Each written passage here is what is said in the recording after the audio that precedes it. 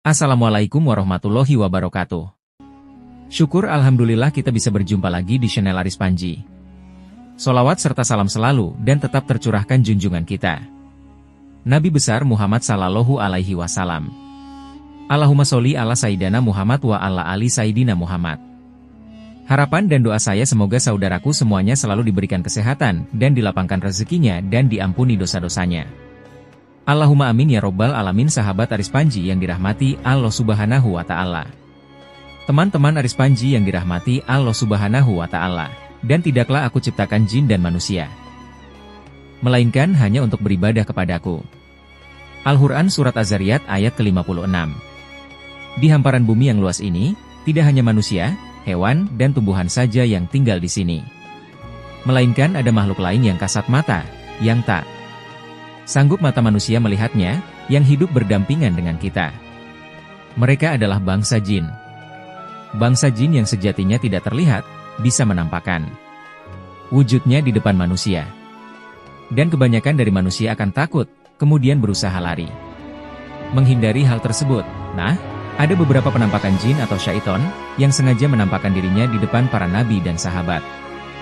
Bagaimanakah reaksi mereka? Dan inilah kisahnya. 1. Umar bin Khattab. Yang paling mencolok dari sosok Sayyidina Umar adalah bentuk fisiknya. Beliau memiliki tinggi yang jauh di atas rata-rata manusia pada umumnya. Bahkan jika sedang berada di tengah kerumunan, akan nampak seolah-olah beliau sedang menunggang sesuatu. Selain itu, kedua tangan beliau adalah tangan yang aktif. Itu berarti, tangan kanan dan kirinya sama kuatnya. Dan beliau terkenal di masyarakat memiliki pukulan yang amat keras. Umar juga memiliki kumis yang lebat, jalannya cepat dan suaranya besar. Namun meskipun terdengar menyeramkan, Sayyidina Umar memiliki jiwa yang bersih secerah langit Mekah. Dalam suatu hadis disebutkan, bahwa bangsa jin atau golongan setan sangat takut kepada Khalifah Umar sebagaimana Rasulullah Shallallahu Alaihi Wasallam pernah bersabda,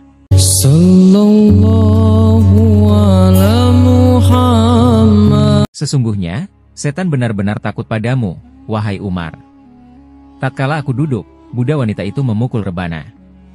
Lalu masuk Abu Bakar, Ali dan Utsman, dia masih memukul rebana. Tatkala dirimu yang datang, budak wanita itu melemparkan rebananya. Hadis riwayat Tirmizi. Nah, bicara tentang setan, Sayyidina Umar pernah bergulat dengan setan. Setan dari golongan jin. Dan setan yang dilawan Sayyidina Umar ini bukanlah jenis setan yang biasa. Di dalam hadis Suhaif Bukhari dan Muslim dikisahkan, pada suatu ketika di sebuah jalan di kota Madinah, Sayyidina Umar bertemu dengan salah satu jin yang mengaku bahwa dirinya yang paling kuat di antara jin-jin yang lainnya. Lalu tak berapa lama kemudian, Umar dan jin itu pun berkelahi. Dan tak butuh waktu yang lama, Sayyidina Umar berhasil membanting jin itu ke tanah. Merasa malu dan penasaran, jin itu meminta pertandingan kedua. Dan hasilnya sama saja, jin itu berhasil dijatuhkan Umar untuk kedua kalinya. Setelah berhasil mengalahkan jin itu, lalu kemudian Umar berkata, kulihat ukuran tubuhmu sangat kecil dan kenapa lenganmu seperti kaki depan anjing? Apakah semua dari bangsa jin seperti ini atau cuma kamu saja? Jin itu menjawab, aku adalah jin yang paling kuat di antara jin sebangsaku. Mari kita bergulat lagi. Jadi mereka bergulat lagi dan lagi-lagi Sayyidina Umar berhasil menjatuhkannya dengan mudah. Pada masa jahiliyah di kota Mekah, banyak masyarakatnya yang menyembah berhala. Bahkan sebelum masa penyebaran agama Islam, di Mekah ada sekitar 360 berhala. Dan dari sekian banyak berhala tersebut, ada 4 berhala terkenal yang paling besar dan penting di Mekah, yang bernama berhala Hubal, Lata, Manah, dan Uzza.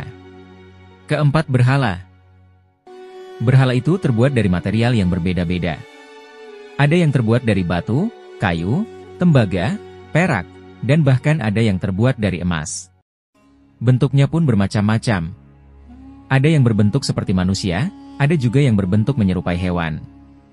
Jadi pada suatu hari, Rasulullah Shallallahu Alaihi Wasallam mengutus Khalid bin Walid untuk menghancurkan berhala Uzza. Berhala Uzza ini terletak di sebuah rumah di perkebunan kurma dan disembah oleh berbagai suku mulai dari suku Quraisy, Kinanah, dan Mudor. Nah, yang bertugas sebagai penjaga dan pengurus dari berhala Uzza ini yaitu dari Bani Syahban dari kabilah Bani Sulaim yang juga merupakan sekutu dari Bani Hasyim. Orang-orang dari Bani Syahban ini tahu betul siapa Khalid bin Walid. Seorang anak muda dan panglima yang tak terkalahkannya Nabi Muhammad Sallallahu Alaihi Wasallam.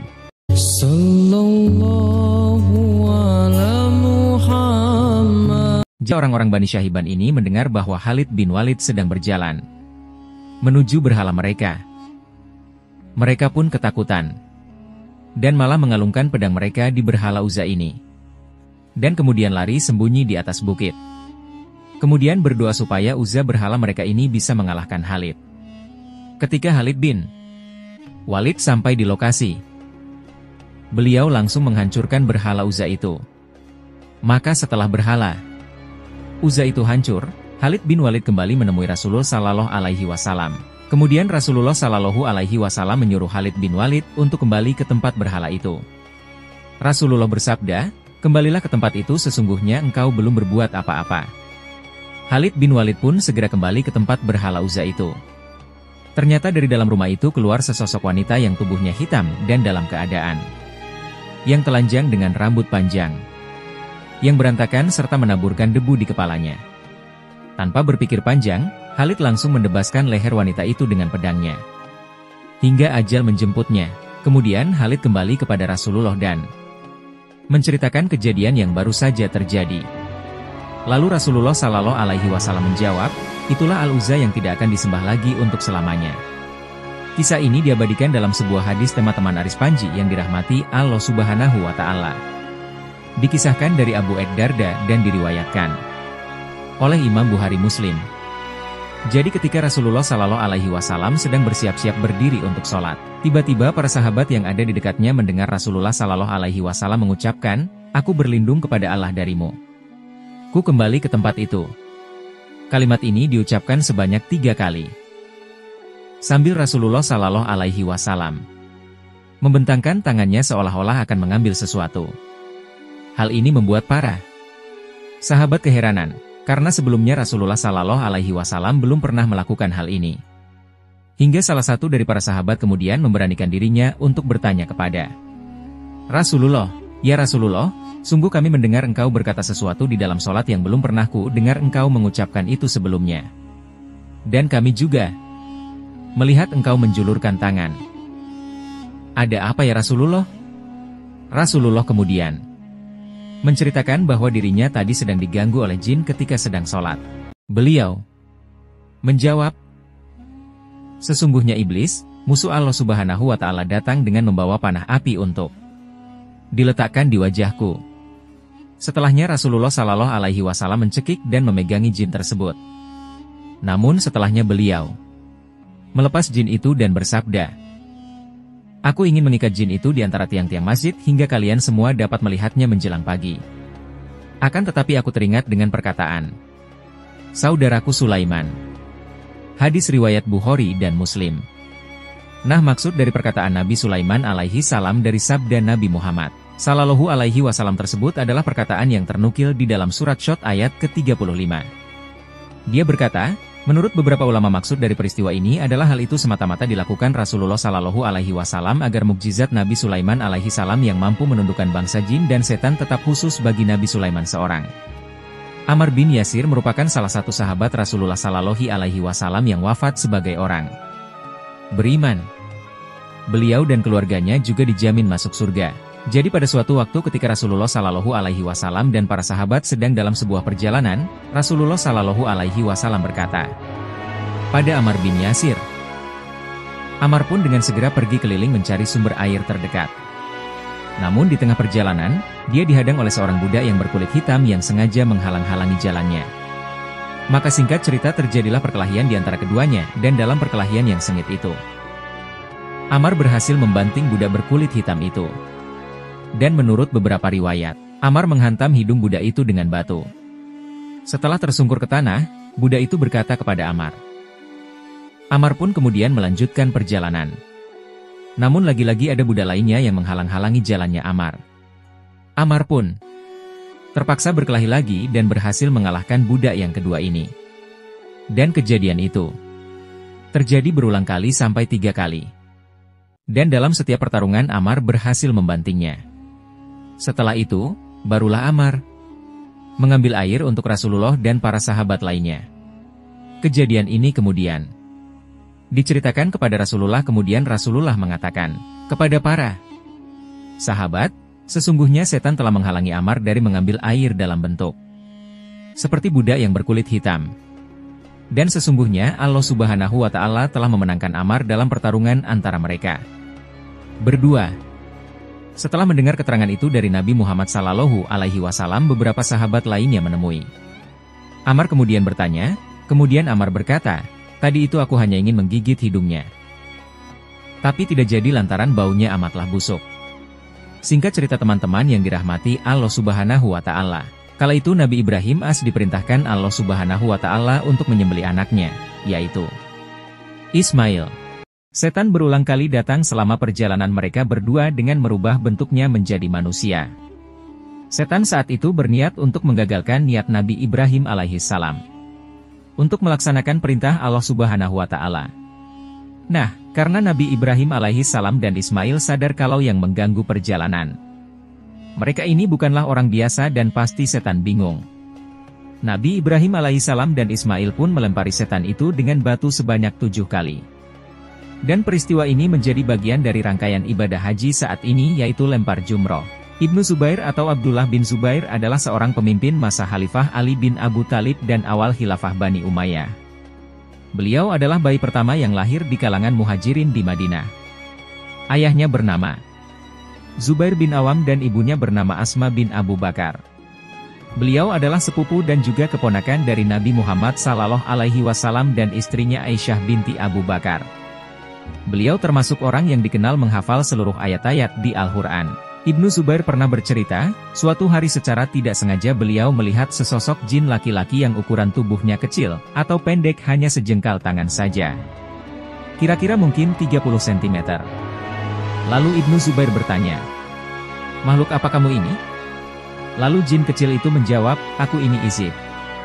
Ibnu Zubair kembali bertanya, "Apa itu Izib?" Dan jin kecil itu menjawab, "Izib ya Izib." Kemudian Ibnu Zubair memukul jin kecil itu dengan tongkatnya sampai jin itu lari terbirit-birit. Mujahid bin Jabir, hidup antara tahun 21-104 Hijriah, adalah seorang tabi'in.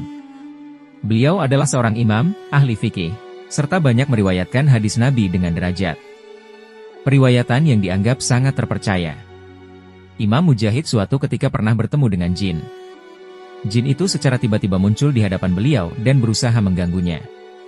Bukannya takut, Imam Mujahid malah mengejar jin itu sampai jin itu lari dan terjatuh.